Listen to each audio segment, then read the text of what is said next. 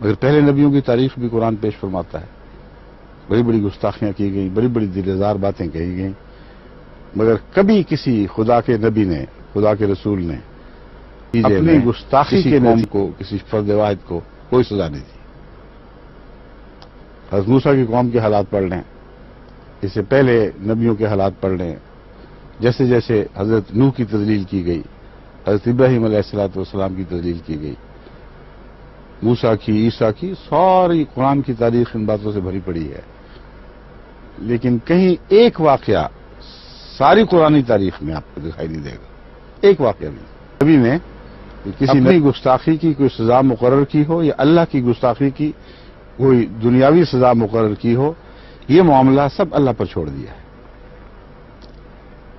پھر انہوں نے یہ کہاں سے لیا؟ یہ سوال اٹھایا گیا ہے کہ آخر انہوں نے کہاں سے لیا ہے، اس یہ تعلیم حاصل کہاں سے کی ہے؟ سوچتے سوچتے مجھے سمجھ آئی کہ یہ بات بھی انہوں نے نبیوں کی تاریخ سے حاصل کی، کیونکہ گستاخان رسول کی تو کوئی سزا نہیں تھی، لیکن عشاقان رسول کو ضرور قتل کیا جاتا تھا.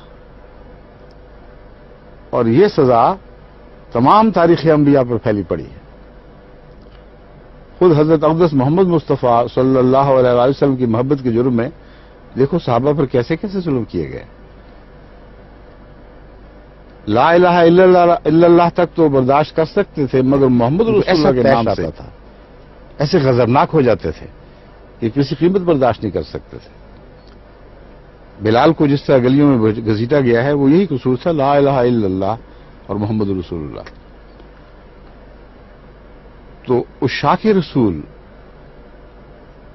کی عزت اور جان اور اموال محفوظ نہیں تھے، مگر خدا کے پاک لوگوں کے ہاتھوں نہیں، بلکہ خدا اور اس کے رسول مقدس ساتھیوں کے خلاف ان کے دشمن یہ ہتھیار استعمال کیا کرتے تھے. چنانچہ مجھے یاد ہے تاریخ اسلام میں ایک بڑا عجیب واقعہ اس سے درج ہے کہ ایک صحابہ کے گروہ کو جب دشمن نے گھیر لیا اور بعض کو لڑتے وہی شہید اکثر کیا گیا. ایک صحابی کو جب قید کے بعد قتل کرنے پر تیار ہوئے تو ایک شخص نے اس وقت اس سے پوچھا کہ اب بتاؤ، اب تم کیا یہ بات پسند نہیں کرو گے کہ تمہاری جان کی خاطر، تمہاری جان بچانے کے بدلے تمہاری جگہ تمہارا رسول محمد رسول اللہ ہوتا اور وہ تمہاری جگہ فدیہ ہو جاتا.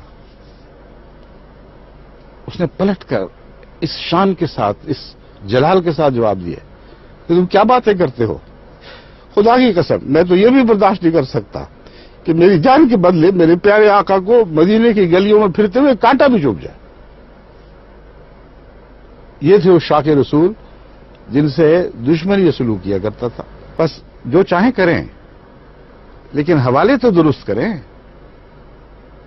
دنیا کے سامنے اسلام کو کیوں بگاڑ کے پیش کرتے ہیں؟ اپنے نفس کے بغض اور کینے نکالنے ہیں اور اپنی دشمنی کے لیے قتل کے بہانے ڈھونڈنے ہیں.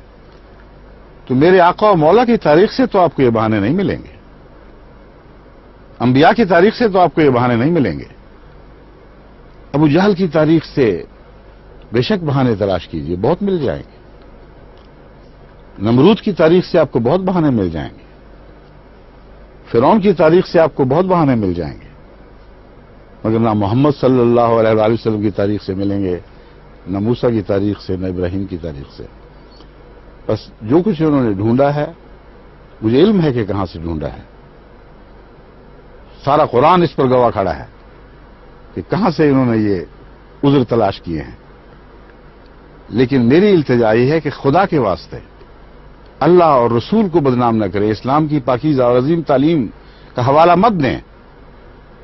حوالے ان کے دیں جن کے یہ کردار تھے، جن کا یہ اسلوب تھا، جو اس اسلوب کے ساتھ ہمیشہ رہے، اور پھر اسی اسلوب کے ساتھ خدا کی تقدیر سے مٹا دیے گئے اور صفحہ ہستی سے نابود کر دیے گئے.